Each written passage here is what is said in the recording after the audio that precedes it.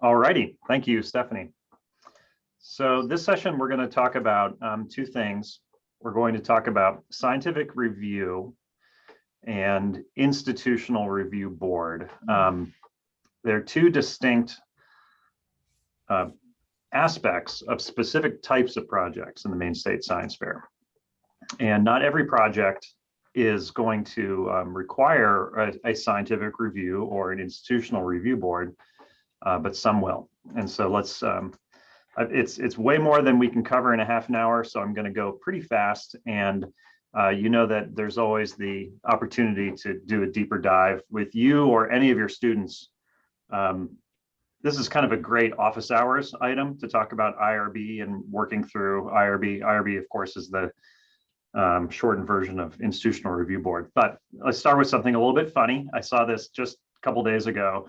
I don't know if you often use the XKCD comics in your science classes, but it's an awesome resource for pretty funny but smart humor related to science. So this is the symbol that, well, this is a play on a symbol that you would sometimes see with hazardous materials, things that are caustic or radioactive or you know, otherwise have some sort of a hazard that would need a standardized way of telling you how dangerous it is. So I don't know, I kind of thought this was funny, particularly the orange box, how many times you have to scrub your hands before touching it before they stop smelling weird. Or the number of federal agencies who want to know if you have any. So this is stuff that we have to deal with all the time at a place like Jackson. I know you do in your schools as well. So scientific review committee is a process by which the Maine State Science Fair ensures that, excuse me, scientific review committee applies to projects that involve vertebrate animals, biologic, potentially biohazardous biologics, and hazardous substances or activities. And so that's what's represented in the vertebrate animal rabbit, in the you know, in the bacteria, or in a toxic, radioactive or flammable item. All of those projects that could be hazardous or involve a vertebrate animal have to go before the scientific review committee. The analog to that is a project that would involve a human subject, and that would go before an institutional review board.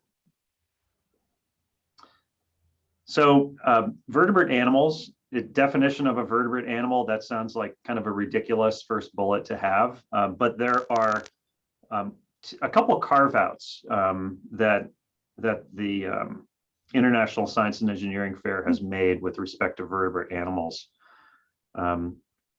One of those carve-outs is that projects that involve zebrafish before a certain number of days post-fertilization are not considered vertebrates. And so, you know, a zebrafish is, of course, a vertebrate, but at a certain stage of its development, before a certain stage of its development, it has not developed to the point where it is comparable to other more developed vertebrates. And so there's an exception for zebrafish embryos.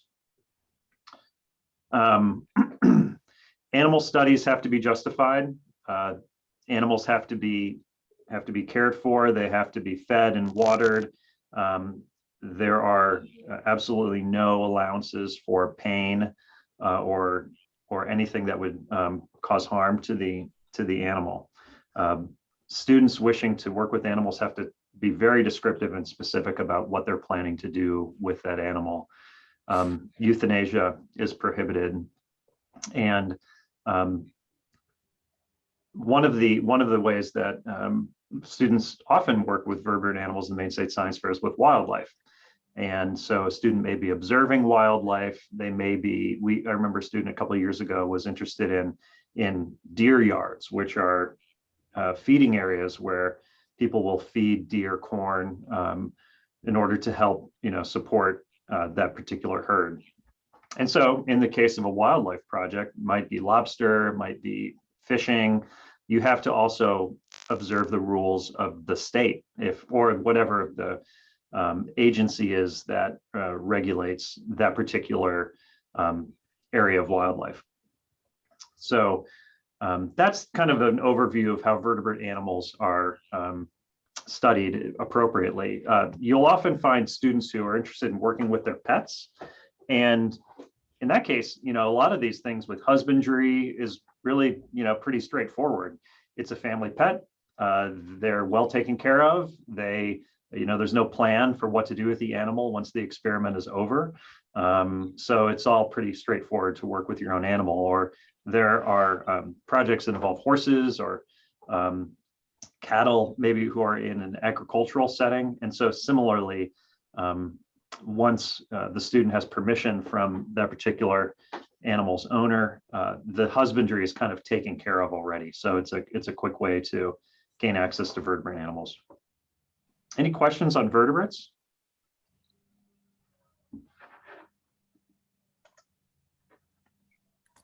I don't really see everybody in my panel, so just speak up at any time. All right. So the next thing that comes before the scientific review committee are potentially hazardous biological agents. So bacteria, viruses, fungi, parasites. We will sometimes see projects that look at the natural antimicrobial properties of substances. Manuka honey comes to mind. Manuka honey is naturally antimicrobial. And so a student last year actually used Manuka honey in a compound to help increase healing in white line disease in horses. And so that particular student actually had to be reviewed at two levels. One, the bacteriological aspects of her project, and also the vertebrate animals aspect of her project. But there are other substances other than Manuka honey. We just see a lot of Manuka honey projects that are naturally antimicrobial. And so those are interesting to students. Biosafety level 1 and 2 is mentioned here. There are certain projects involving hazardous biological agents that can be done in a school with normal kind of school-based equipment and safety procedures. There are other projects that cannot be done in a school, that must be done in a formal research environment or a certified research environment. And those are biosafety level 2. So these would be projects that involve a pathogenic microorganism, or the culturing of a human bodily tissue like blood or saliva, anything that might contain a pathogen that's directly from a human. Those projects would all require biosafety level 2 procedures, and that can't be done in a school. They're permitted in the Maine State Science Fair, provided that the projects are well described and well planned, but a student who's proposing to do something with a pathogen will not be permitted to do that in a school environment.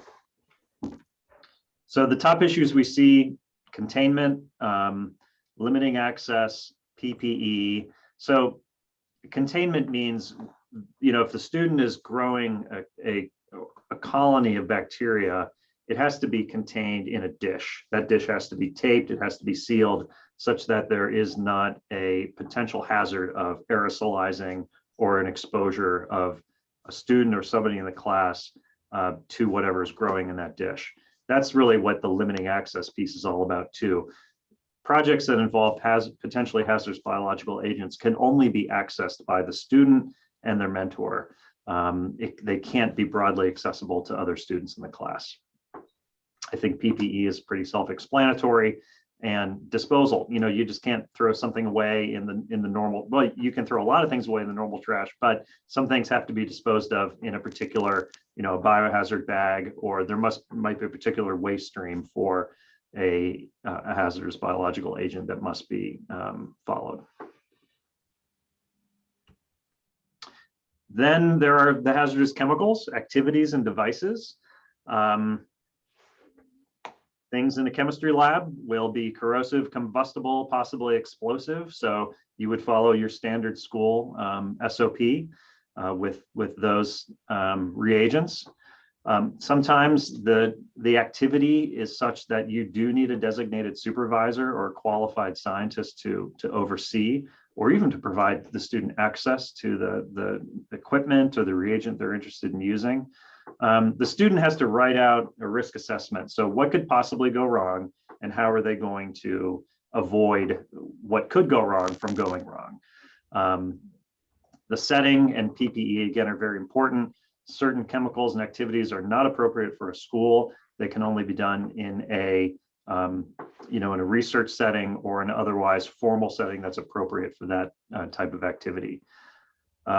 Sometimes we see firearms projects, and those that's kind of a perfect setting-oriented project. Firearms are can be studied, but only in the right setting.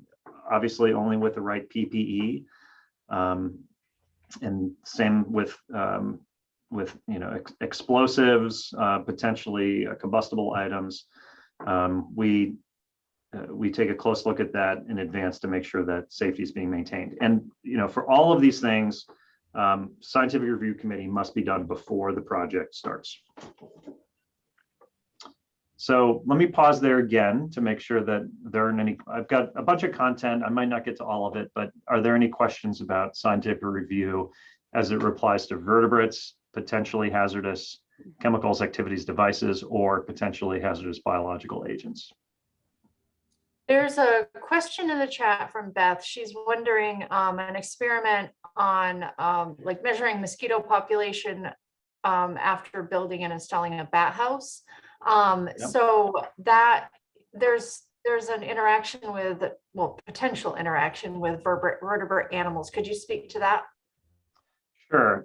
Great question, Beth. If you're observing an animal in its natural environment or measuring an animal in its natural environment, that would not require, I mentioned deer earlier, perhaps erroneously, but if the animal's in its natural environment and you're not interacting with it or responsible for its care, then it actually bypasses very quickly, the vertebrate animal controls. You don't have to worry about, if you're observing turtles in a pond, you don't have to worry about animal husbandry. They just do their own thing.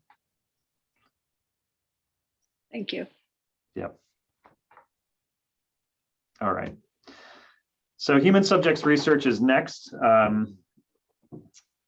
And this is very involved because, as we mentioned earlier, students are interested in studying each other or themselves.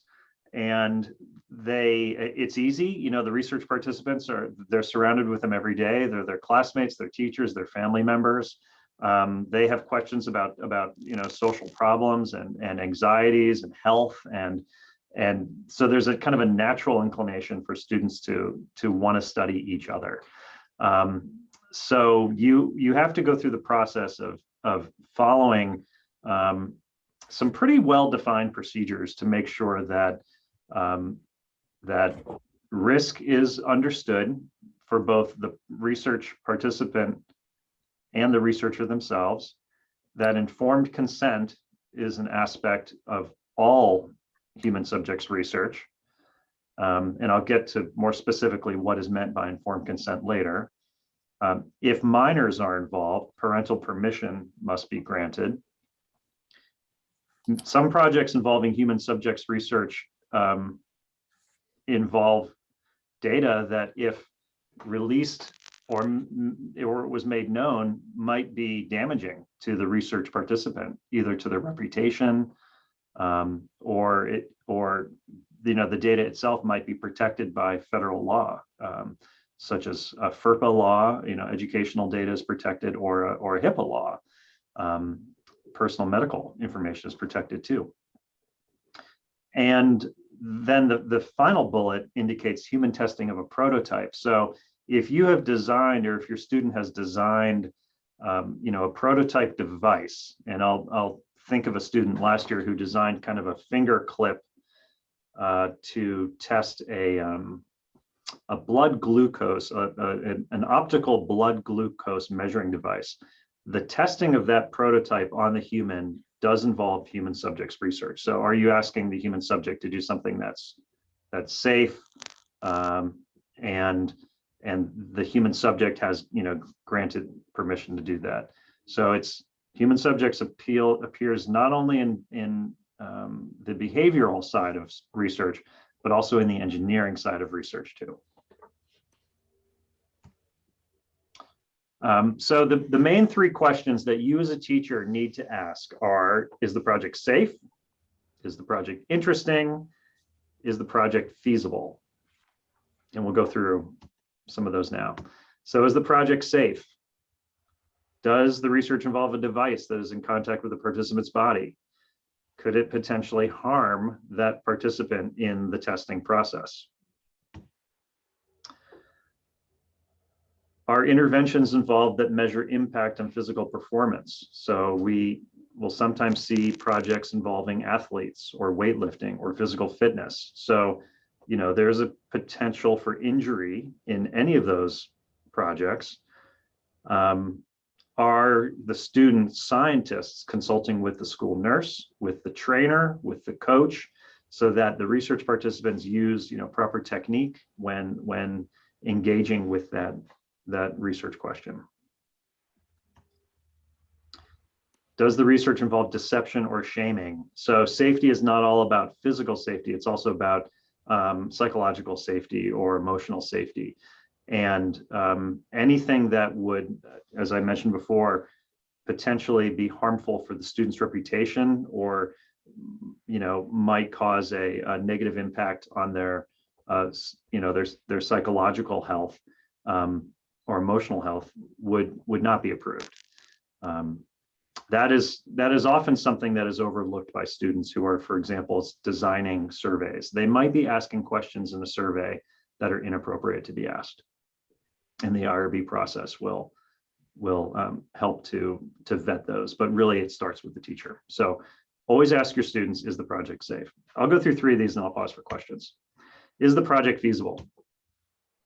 So let's say the student wants to conduct a survey, but in order for the survey to be meaningful, they have to be able to interact with, question, get survey results from a very large group of students.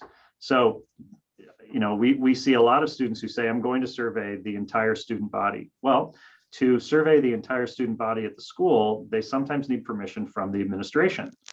So they have to demonstrate that they have permission from the administration to send out a school-wide survey. Without that permission, the project simply isn't feasible. They cannot get it done before the timing of the Maine State Science Fair. This one we don't see very often, but I don't know if Freiberg is on the phone. Does the student propose research that will occur in another country?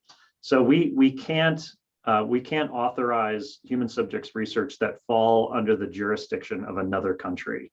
That is just beyond our authority. So if you have students who are exchange students or have started their project in another country, that would typically not be permitted unless the student has an existing IRB approval that they traveled with from that other country.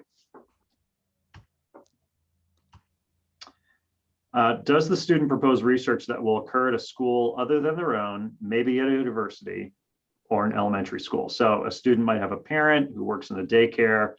They want to do something involving children in that daycare setting.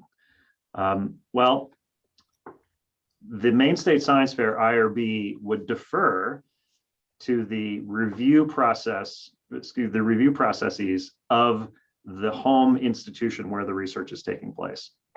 So if the student is involved in a behavioral project at the University of Maine, it's the University of Maine that has to approve the human subjects research. And then that is submitted to the Maine State Science Fair. We we always have to defer the approval, again, to the home institution where the human subjects research is initiated. So I'll pause here. I see that the chat number is starting to increase a little bit. So we'll pause and answer questions related to safety, feasibility, and I didn't talk about interest, but the research participant has to be engaged in the project to make it to have it cross the interesting threshold. It also has to be a project that likely hasn't been done before. If a project has been done before, dozens of times, if the data are well known, the project just simply isn't interesting and is not going to be something that the IRB is going to approve. So I'll pause and take some questions.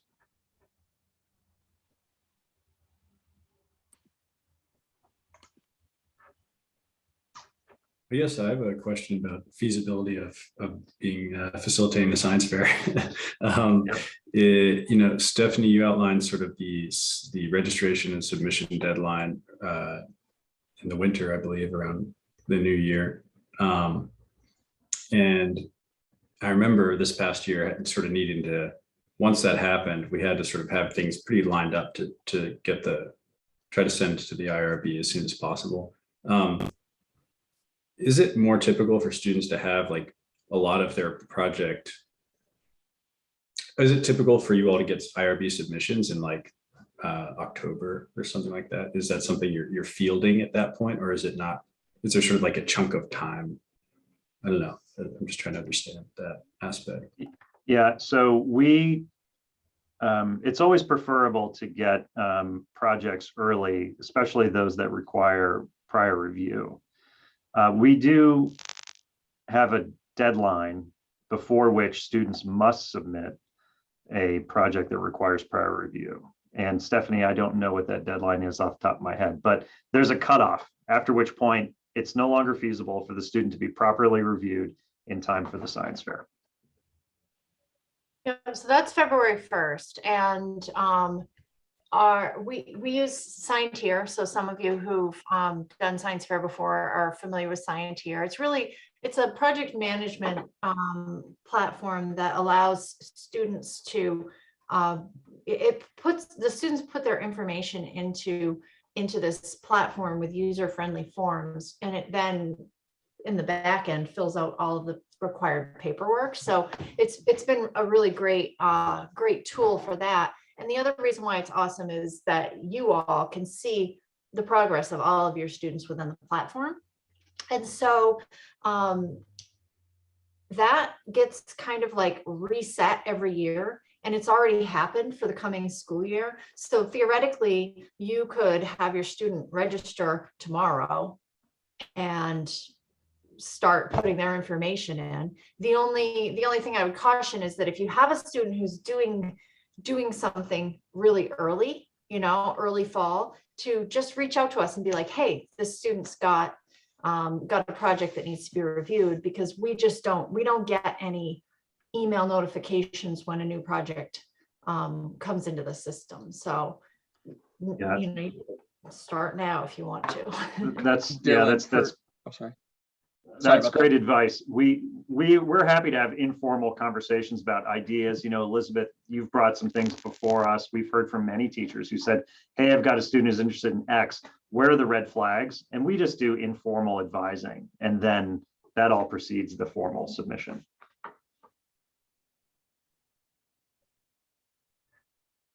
Go ahead, I cut somebody off. I was just gonna say that, like, to Dylan, like, I had to go through the IRB stuff with my student this past year. And just in terms of like teacher bandwidth with everything else that's going on in our busy day today, am going to try this year to implement, like, if anyone's doing it, that like we have stuff fleshed out well before February 1st. Thank Right, you all. I'm That's running- all helpful. Yeah.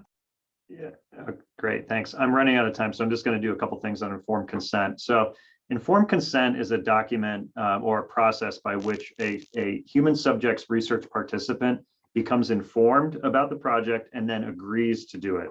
And they have full autonomy to agree or not to participate in the human subjects research. So the components of an informed consent include the following. These are the things that the student scientist has to provide to the research participant so that they can decide whether or not to participate. They have to say what the reason for the project is.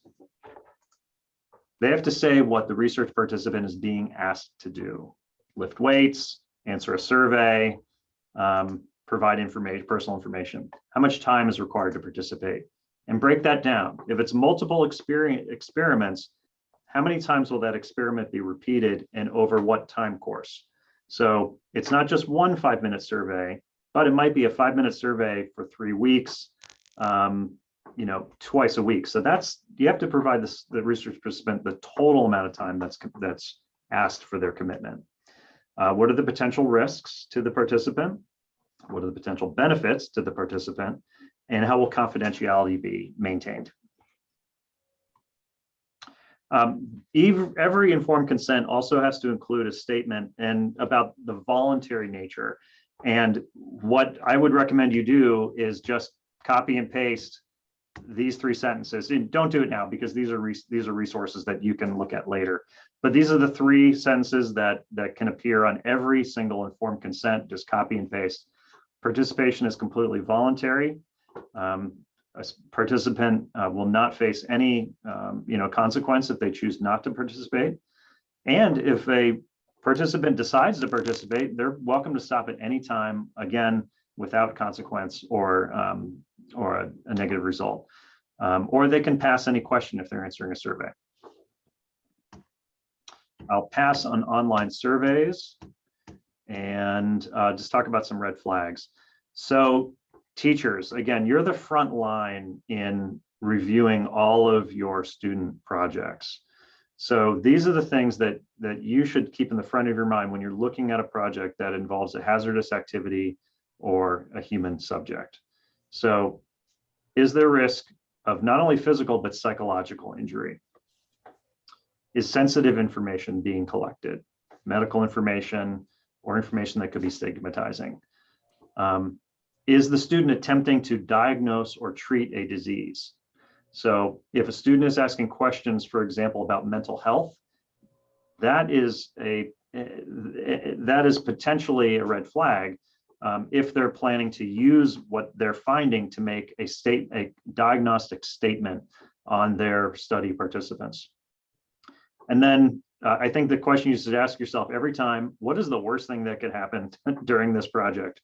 And maybe the next question is, how comfortable am I defending this project to my principal should the worst possible thing occur? So that's a gut check. And that's something that you as a teacher should discuss openly with your student, because the worst thing that can happen not only applies to the student participant, but also the school.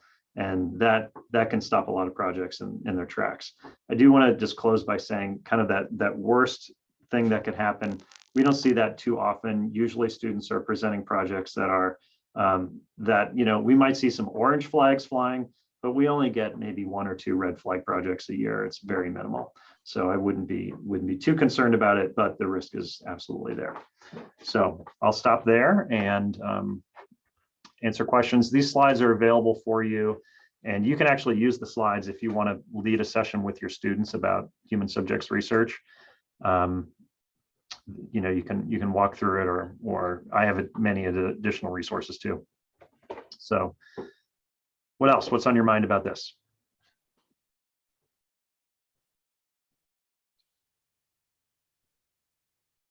I don't think we want to say no, to human subjects research. I just think students need to be aware from the beginning what's involved so that they do it properly.